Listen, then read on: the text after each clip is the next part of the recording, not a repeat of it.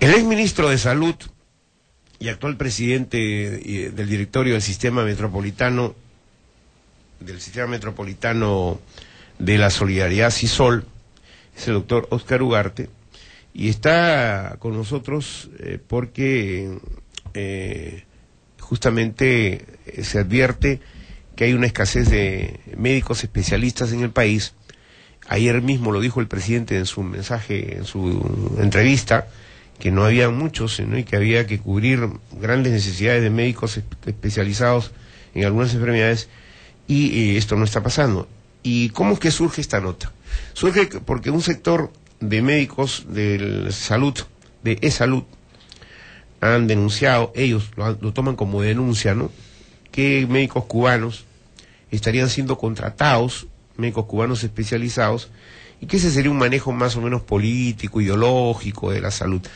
Eso a mí me parece sumamente grave que lo tomen así. El tema es que no hay especialistas, perdón, y el doctor Óscar Ugarte ha venido a conversar sobre eso. ¿Cómo está, doctor Ugarte? Qué gusto saludarle. Bienvenido a Radio Nacional. Muy buenos días y muchas gracias por la invitación. ¿Nos faltan especialistas en medicina? Sin duda. Mire, en el Perú somos más o menos entre 55.000 a 60.000 médicos, de los cuales solo 15.000 aproximadamente son médicos especialistas, son los registrados en el colegio médico con esa función. Se estima, y esto ha sido una evaluación del propio Ministerio de Salud, que aproximadamente faltan entre 6.000 a 7.000 médicos especialistas de las diferentes especialidades, cardiólogos, dermatólogos, psiquiatras, anestesiólogos, etcétera, porque hay una escasa formación de los especialistas.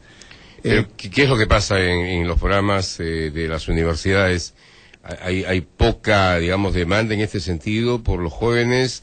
Que 15.000 especialistas para una población de casi 30 millones de habitantes, obviamente es insuficiente, ¿no? Es insuficiente, y mire, la situación además se crea así. Cada año se forman aproximadamente 2.000 médicos, nuevos médicos, de todas las universidades públicas y privadas en el Perú, 2.000. Pero solo hay 700 plazas cada año para especialistas. O sea, mientras se van formando 2.000, a especialistas solo van entrando 700. Eso quiere decir que cada año la brecha se abre más entre médicos generales y especialistas. ¿Cuál es el problema ahí? De un lado es el financiamiento, se requiere un mayor financiamiento de plazas de especialistas. Habría que duplicar, triplicar esas 700 plazas que hoy hay para la formación anual de especialistas, pero además las universidades deberían tener la capacidad para formar más especialistas, porque los especialistas son médicos que ya se graduaron y que siguen unos cursos que se llaman residencias, más o menos 3 años, algunas duran un poco más, para constituirse en especialistas. Entonces, pero eso tiene un costo, ¿no es cierto? Porque durante ese tiempo no solo cuesta la docencia especializada, sino además hay que pagarle a esos profesionales que se están formando. El Estado invierte 160 millones al año para formar esos 700 especialistas, entre lo que pone el Ministerio de Salud, lo que pone Salud y la Sanidad de las Fuerzas Armadas. Pero la única fuente de financiamiento es el sector público, y esto es un problema porque en la formación de pregrado hay financiamiento público y financiamiento privado.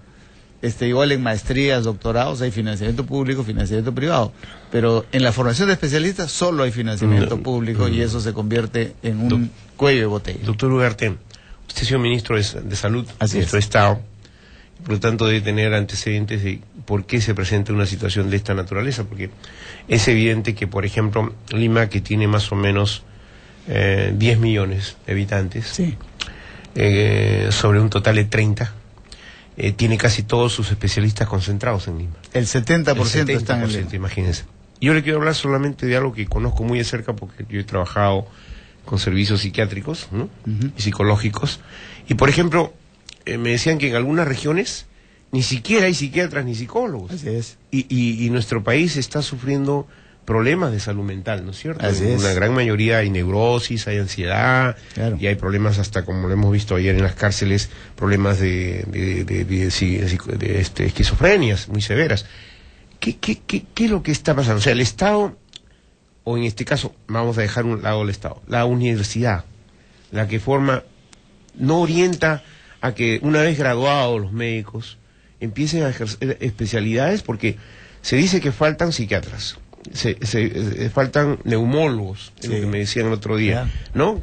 Faltan especialistas en gastro, Sí. también en gastroenterología, hay ¿cómo le llaman esto? Endocrinólogos, o sea, De hay todo. una cantidad, o sea, que habría que estar en lugar de exportar profesionales, como ocurrió en el pasado, ¿no es cierto? O sea, hay muchos Y todavía, Perú, sí, todavía sigue ¿no? habiendo, sí. ¿Qué hay que hacer? ¿Cuál es la situación de emergencia que habría que asumir? A ver, reitero, se forman más o menos 2.000 médicos generales todos los años, de todas las universidades públicas y privadas, pero solo se forman 700 especialistas cada año. Eso quiere decir que cada año la brecha se ahonda más. Claro. De los más o menos 15.000 especialistas que hay en el Perú, el 70% están en Lima, un 6% en Trujillo y un 6% en Arequipa. Eso quiere decir que el 82% de los especialistas están en Lima, Arequipa y Trujillo, y solo el 18% de los especialistas están en el resto del país. Por eso Casi nada. usted tiene toda la razón cuando dice hay muchas especialidades que en provincias no hay, simplemente. Y es por esa razón que está planteado ya desde hace algún tiempo la ampliación de la formación de especialistas. Eso significa que el sector público debiera financiar mucho más plazas que las 700 que hay, pero no solo el sector público. ¿Qué les atrae a los médicos? A ver, usted que es profesional médico hace muchos años. Porque, por ejemplo... ¿De las especialidades? Sí, usted mencionó tres ciudades importantes, Sí. ¿no? Pero yo quiero darle un detalle, por ejemplo, que estaba yo sondeando. Muchos especialistas hoy se han trasladado a Tacna, por ejemplo, entre Tacna y Sí, Moquegua. claro. Y otros a Arica. Y tal suerte que han instalado incluso consultorios peruanos en Arica. Sí. Y ahí de todo tipo de especialistas, al punto que la población chilena viaja a esas va zonas a Tacna, claro. para buscar tratamiento médico, ¿no es cierto? Cirugía y todo lo demás, e incluso a mayor costo. O sea, mayor costo que en su propio país. Porque No, ellos saben... es más económico. ¿Es en más Perú. económico? Sí.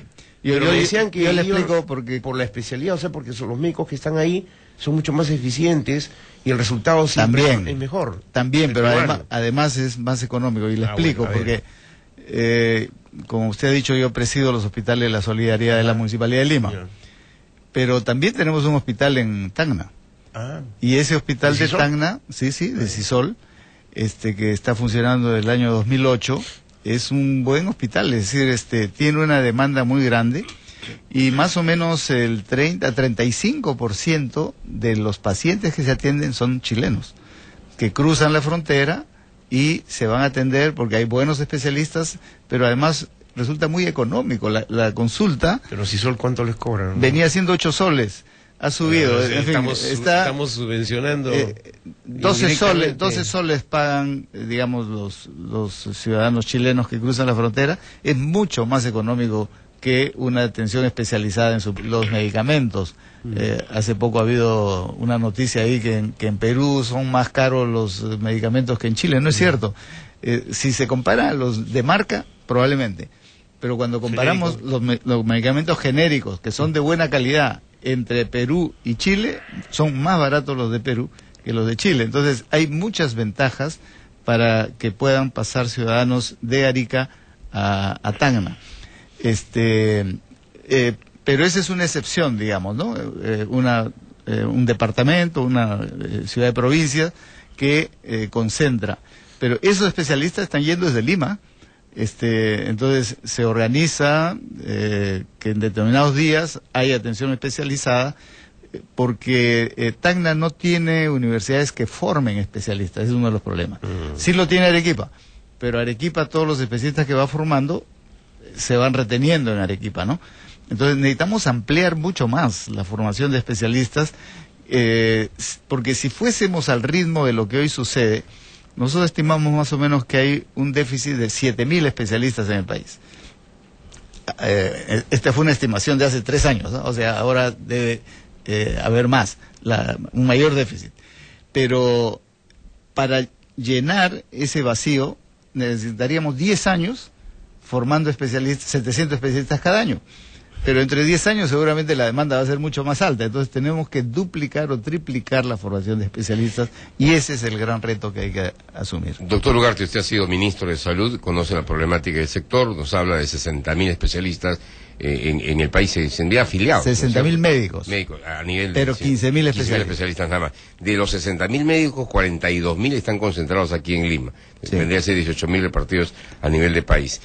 Hay un convenio con Cuba hace años, hace 6, 7 años más o menos. Esto no es novedad. Y no es novedad que vienen médicos cubanos también hace tiempo al país. Así es. ¿Por qué poner el grito en el cielo ahora y darle pues características políticas a una posible llegada de médicos cuando aquí nos falta, cuando vendría a ser un apoyo, una ayuda más bien?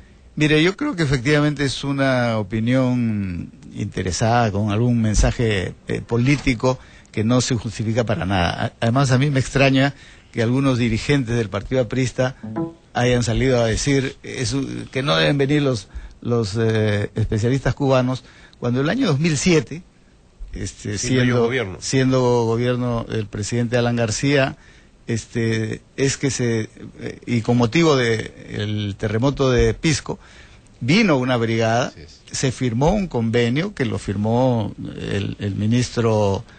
Primero lo promovió el ministro Vallejo, lo firmó el ministro Garrido Leca, lo continué yo y ha seguido con el ministro Tejada y hasta ahora con la ministra de Javich. Una brigada que tenía entre 80 a 100 entre médicos y otros profesionales que han estado trabajando durante todos estos años y de manera excelente. Nunca ha habido una queja, ni de infiltración, ni de mensaje subliminal, nada. ¿Cómo puede ser que ahora, cuando Salud menciona que podrían traer algunos especialistas para cubrir algunas necesidades que tienen, pongan el grito en el cielo? A mí me parece absurdo. Y por eso quiero poner en claro, uno, que si Salud necesita, tiene todo el derecho de proponerlo y hacerlo. Eso no afecta en nada a los médicos peruanos. ¿Cuántos médicos tiene CISOL? Mire, y tiene un sistema mixto, ¿no?, de contratación, ¿no? Sí, el CISOL es una asociación público-privada, porque CISOL como institución es un organismo público descentralizado de la Municipalidad de Lima, pero los profesionales que trabajan, la mayoría de ellos están organizados en pequeñas empresas a quienes CISOL les da en concesión los servicios. Por ejemplo, un grupo de cardiólogos se asocian como pequeña empresa y se les da el servicio de cardiología de tal hospital o de tal otro hospital. CISOL les paga. Del producto, tanto de las atenciones como del... Bueno, pero no, 12 soles o 8 soles no cubre, ¿no? No, eso no es suficiente. Pero donde hay más ingresos es, por ejemplo, los gastroenterólogos hacen además endoscopías, hacen una serie de, Ahora, ustedes de otras no pruebas. hacen hospitalización. No, eso es consulta ambulatoria. De la solidaridad porque, digamos... Porque así le pusieron el nombre, pero son policlínicos. Pero no son policlínicos. La gran ventaja es que están todas las especialidades ahí. ¿Y las medicinas? Permítame decirle, ¿cómo se les paga? Hay un reparto de los ingresos, eso está establecido por contrato. El 70% es para los profesionales organizados en las empresas y el 30% para la institución, para los gastos generales, etcétera. En el caso de las medicinas, lo que había antes en la anterior gestión era un contrato con empresas, con farmacias o boticas que vendían al precio que querían de marca y no necesariamente medicamentos genéricos. Con los nuevos contratos que se han empezado en enero, lo que hemos incorporado es la obligatoriedad que las farmacias que tienen la concesión vendan un listado de medicamentos genéricos y por lo tanto se ha reducido el precio de los medicamentos a la 30ª parte. Muy bien. ¿El presupuesto de CISOL cuánto es? El presupuesto de CISOL este año está alrededor de 200 millones, que es además se autofinancia, no se recibe un solo sol de la municipalidad ni del Tesoro Público. Todo se financia con las consultas. Todo se financia con las consultas y además le digo, el año 2010, que fue el último año de la anterior gestión, se facturó 152 millones. Pero para eso se requieren, no sé, digamos, vamos a ponerlo en términos comerciales. Sí. No es bueno ponerlo en términos comerciales el tema salud, pero, digamos, sus clientes, sus pacientes, tienen que ser varios millones para poder cubrir esos costos. 3,5 millones de personas se atienden anuales, más o menos 35,000 diarios, que pagan estas tarifas que son módicas. Que cubren ese presupuesto. Pero mire, de los 3,5 millones, más o menos el 35%, aproximadamente 1 millón, son asegurados de salud, que al no poder ingresar a sus propios servicios van a Sisol y pagan. Y no está bien. De hecho no está bien. Y un 5% incluso del CIS, que al no poder atenderse en los hospitales públicos venían y se atendían. Ustedes no pueden rechazar, obviamente. No, pero hacemos otra cosa. Ya hemos suscrito un convenio con el CIS desde septiembre pasado. Y con el salud. Y permítame, y ahora ya se han atendido más de 120,000 atenciones que paga Sisol, el CIS a Sisol, ya no paga el usuario. Y estamos con E-Salud discutiendo también un convenio que permitiría lo mismo para los asegurados de salud, que se puedan atender en Sisol sin pagar. Claro, efectivamente, y E-Salud asume ese tendría que ser, porque ellos son... medicina, atención médica y todo. Exactamente, ellos son los que financian la atención. Muy afectados financieramente. Siempre sigue el sistema así. Bueno, pero una mejor atención a los usuarios. No, por cierto, pero digo, si hay otros que ya tienen su seguro, ¿no es cierto?, abierto, que lo usen, pues, ¿no? No, por supuesto. Ahora, para Sisol no es ningún problema, porque en vez de que pague el usuario, lo paga la importancia es que ustedes garanticen cobertura. Nosotros garantizamos la cobertura. Muy bien, nosotros le agradecemos al doctor Oscar Ugarte, exministro de Estado del Despacho de Salud, presidente actualmente del directorio del Sistema Metropolitano de Solidaridad, es decir, Sisol, dependiente de la Municipalidad Metropolitana de Lima, y le deseamos éxito, pues, que siga funcionando Sisol, ¿no es cierto? Ya hemos tenido aquí a varias funcionarias, ¿no?, o funcionarios que nos han explicado las bondades de Sisol.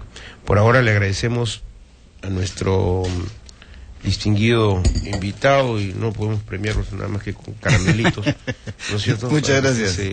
Eso, ¿no? Muy amable. Y gracias, doctor, como siempre, muy amable. Gracias a ustedes. Hasta luego. Muy bien. Bueno, amigos, tenemos que